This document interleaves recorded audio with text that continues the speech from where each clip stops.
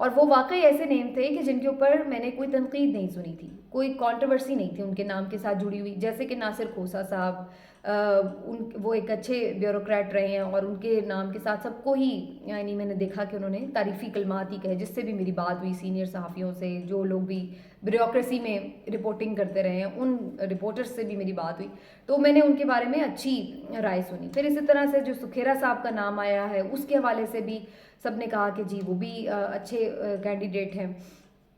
لیکن ہوا یہ جناب کہ ہمارے ملک میں اب صورتحال یہ ہے کہ کوئی اچھا بندہ, کوئی صاف شفاف شہرت والا بندہ, کوئی اخلاق والا بندہ اب نگران کا عہدہ لینے کے لیے تیار ہی نہیں ہے. یہ اب ہماری حالت ہو گئی ہے. کسی کو آپ کمیشن کا چیئر پرسن بنائیں تو وہ نہیں بنتا. اتنی ہمارا گند آ گیا ہوا ہے سیاست میں کہ اسے پتہ ہے کہ ادھر سے ادھر دونوں طرف میں جدھر سے بھی ذرا سا بھی شک ہوا تو اس کے بعد وہ حال ہوتا ہے کہ سب اپنی پگڑیاں بچاتے پھرتے ہیں. تو اب وہ صورتحال ہو گئی. مجھے یاد آ رہا ہے کہ فخر الدین جی ابراہیم صاحب کو آپ لوگ جانتے ہی ہیں, بڑے اچھی شہرت کے حامل تھے, اور ان کو جب نگران وزیر اعظم بنایا گیا تو سب نے بڑی اس پہ ستائش بھی کی, بلکہ اگر میں بھول رہی ہوں شاید یہ چیف الیکشن کمشنر بنایا گیا تھا, سوری, لیکن جب الیکشن میں مسائل ہوئے تو ان پہ بھی تنقید ہوئی.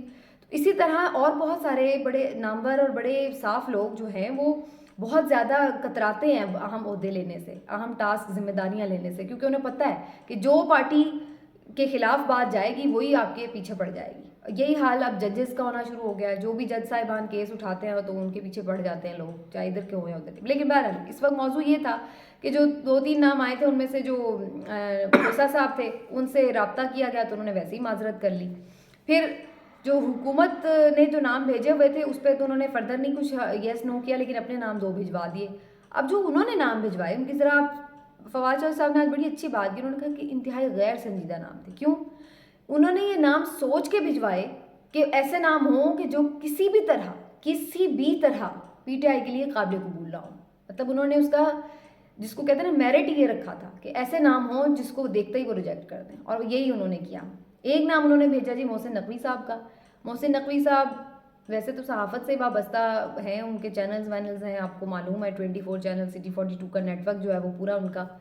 اور یہ اب کسی سے ڈھکی چھپی بات نہیں ہے کہ ان کے بہت زیادہ جس کو کہتے ہیں قریبی مراسم ہیں زرداری صاحب کے ساتھ بھی, شریف فیملی کے ساتھ بھی.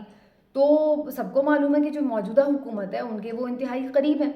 اور یہ بھی سب بلکہ کچھ تو پی ٹی آئی کے لوگ یہ کلیم کرتے ہیں کہ جو ساری یہ جب رجیم چینج آپریشن میں ووٹ آف نو کانفیڈنس کے لیے لابنگ یہ وہ تو اس میں براہ راست وہ کردار ادا کرتے رہے ہیں. تو محسن نقوی صاحب کے حوالے سے جو ہے انہیں معلوم تھا کہ وہ کبھی بھی قابل قبول نہیں ہو سکتے پی ٹی آئی کے لیے, لیکن اس کے باوجود بھی انہوں نے ان کا نام دیا. اور دوسرا نام احد چیمہ صاحب کا تھا. یہ بھی سابق بیوروکریٹ رہ چکے ہیں, اور آپ کو بھی معلوم ہے اور سب کو بھی معلوم ہے کہ یہ بھی پکے نون لیگی بیوروکریٹ ہیں, اور سب کو معلوم ہے کہ ان کے ساتھ کتنی افیلیشن ہے.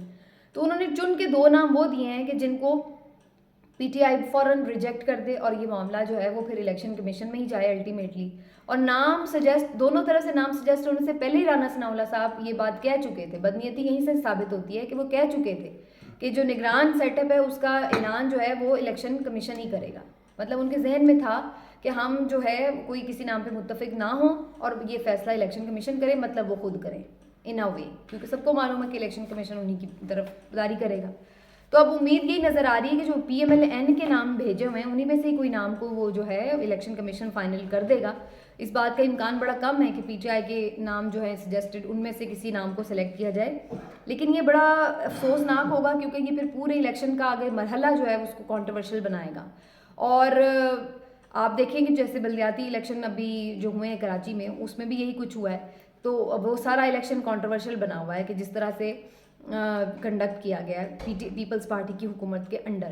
تو یہی حال اب جو ہے یہ چاہتے ہیں کہ پنجاب میں بھی ہو, کہ اپنا ہمارا الیکشن کمیشن ہو, اپنا ہمارا کیئر ٹیکر سیٹ اپ ہو, پھر ہم وہی حرکتیں کریں جو ہم نے سندھ میں بلدیاتی انتخاب میں کی ہیں, اور اس طرح پھر ہم الیکشن جو ہے مینیج کرنے میں کامیاب ہو. تو اس کے لیے اب بھرپور زور لگانے شروع ہو گئے ہیں. تو اسی لیے پھر جو ہے اس میں کیئر ٹیکر سیٹ اپ پہ کوئی کمپرومائز نہیں کریں گے کہ کوئی ان بائسڈ بندہ آ جائے, کوئی فیئر بندہ آ جائے. پی ٹی آئی نے وہ نہیں بندے بھیجے کہ جناب انہوں نے کوئی بالکل پرو پی ٹی آئی بندہ بھیج دیا ہوگا لیں جی اس کو آپ لگائیں, یا اپنا ہی کوئی سیاسی بندہ بھیجے ہو, ایسا نہیں انہوں نے کیا. انہوں نے ایسے ہی نام بھیجے ہیں جو خود پی ایم ایل این بھی کہہ رہی تھی منہ سے کہ ہاں یہ اچھے نام ہیں, سنجیدہ نام ہے, سیریس ہیں اور اچھی کردار کے شہرت کے حامل لوگ ہیں. لیکن بہرحال یہ صورتحال ہے. اب اس میں الٹیمیٹلی بظاہر یہ لگ رہا ہے الیکشن کمیشن آف پاکستان جو ہے وہ پی ڈی ایم کے ہی کوئی سجیسٹڈ نام, اور خاص طور پہ بلکہ بہت سارے لوگ تو یہ رپورٹ کرتے ہیں کہ وہ سیدھا سیدھا ایون فیلڈ ڈپارٹمنٹ سے ہی لیتے ہیں ساری انسٹرکشنز. تو ہو سکتا ہے وہیں سے وہ بتا دیں بھائی اس بندے کو لگا دو. تو بہرحال اب یہ معاملہ تو اس طرف ہی جا رہا ہے. اور آخر میں آپ کو بتا دوں جناب کہ پی اسمبلی بھی ڈیزالو ہو چکی ہے, اس کا بھی آگے پروسیس شروع ہو چکا ہے, اور وہ بھی آگے اسی طرح کیئر سیٹ اپ. وہاں پہ اتنا پریشانی نہیں ہے پی ٹی آئی کو, وہ گھر کی بات انہیں لگتی ہے, وہاں پر ان کا اسٹرانگ ایک گرپ بھی ہے اور اچھے سے ان کے لیے وہ معاملات ہو سکتے ہیں. تو کوئی اتنا وہاں پر صورتحال نہیں ہے خراب ان کے لیے, اسی لیے وہ اس کے بارے میں ریلیکس بھی تھے. لیکن جناب ریلیکس نہیں ہیں, لگتا ہے کہ جو ملک کے بڑے ہیں انہیں فکر ہے, اور وہ آپس میں اسی لیے ہمیں نظر آ رہا ہے کہ بڑے روزانہ کی بنیاد پر ملاقاتیں اور رابطے ہو رہے ہیں. اب میں جس ملاقات کے بارے میں آپ کو بتا رہی ہوں وہ یہ ہے دو چیفز کے درمیان. چیف الیکشن کمشنر یعنی کہ سکندر صاحب, راجہ سکندر صاحب, اور chief justice of Pakistan Umar Ata Bandial صاحب کے درمیان ہوئی ہے ایک اہم ملاقات. اور اس ملاقات میں جو چیف صاحب ہیں چیف الیکشن کمیشن, وہ پہنچے تھے سپریم کورٹ, اور وہاں انہوں نے جا کے چیف جسٹس صاحب سے ملاقات کی. بظاہر جو پریس ریلیز آئی اس میں تو یہ بتایا گیا ہے کہ بھائی آئین و قانونی معاملات پر بات چیت ہوئی ہے, لیکن کچھ ذرائع یہ خبریں دے رہے ہیں کہ جو خاص طور پر مختلف اہم مقدمات چل رہے ہیں اس کے حوالے سے, جس کا تعلق الیکشن کمیشن سے بھی ہے اور کورٹ سے بھی ہے, ان کے اوپر جو ہے وہ گفتگو ہوئی ہے. اس پہ بہت سارے لوگ ویسے کچھ کویشچن بھی کر رہے ہیں, اور ان کا خیال ہے کہ ایسے موقع پہ کہ جب توشہ خانہ کیس جو ہے وہ چل رہا ہے, اور اس کے حوالے سے ظاہر آپ کو معلوم ہے کہ الیکشن کمیشن براہ راست اس میں دیکھ رہا ہے کارروائی بھی, تو وہاں پر چیف جسٹس صاحب کو کیا واقعی ان سے ملنا چاہیے تھا یا نہیں, کیا یہ ایک انفلوئنس کرنے کے مترادف تو نہیں ہوگا. تو بہت سارے لوگ اس پہ سوال اٹھا رہے ہیں کہ ایسے ماحول میں جب ایسا کیس چل رہے ہوں ہائی پروفائل, تو کیا یہ ملنا ان کا ٹھیک ہے یا نہیں. لیکن کچھ ذرائع خبریں دے رہے ہیں کہ چیف جسٹس صاحب نے اس حوالے سے بھی جو چیف الیکشن کمشنر ہیں ان کو تھوڑا سا خبردار کیا ہے کہ ذرا معاملات کو دیکھیں.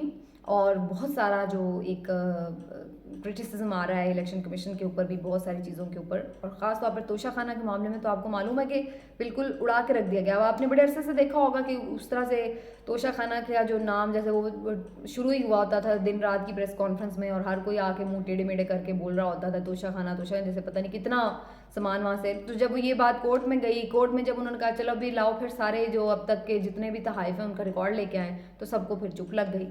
تو اب وہ سوری کرتے پیچھے ادھر ادھر چھپتے پھر رہے ہیں کہ اب دوبارہ نہ کورٹ کا سامنا کرنا پڑ جائے. تو ایسے میں اگر اس طرح کی کوئی ملاقات ہوتی ہے تو کوئی بعد میں اس کے اوپر کوئی رزلٹس کے اوپر کوئی ایفیکٹ آتا ہے, تو وہ ظاہر ہے پھر یہ چیزیں جو ہیں وہ کویشچن ہوتی ہیں. تو بہتر ہو سکتا تھا کہ اگر اوائڈ کیا جاتا ہے ایسی ملاقات کو, لیکن بہرحال اگر ہوئی ہے تو ہم امید یہ رکھتے ہیں کہ چیف جسٹس صاحب جو ہیں وہ پاکستان کے چیف جسٹس صاحب ہیں, تو وہ یقینی طور پر انہیں کوئی انصاف کی راہ دکھائیں گے چیف الیکشن کمشنر صاحب کو, کہ آپ بھی کوئی قانون اور انصاف کو ملحوظ خاطر رکھ کے ہی معاملات کو کریں. لیکن دیکھتے ہیں جی, آنے والے دن جو ہوتے ہیں ان میں فیصلے خود بخود بولیں گے کہ کیا فیصلے ہوئے ہیں, اور جو اہم ملاقاتیں ہیں وہ کیا رنگ لے کے آ رہی ہیں. ملتے اگلے ویلاگ میں, اپنا خیال رکھیے, اللہ حافظ.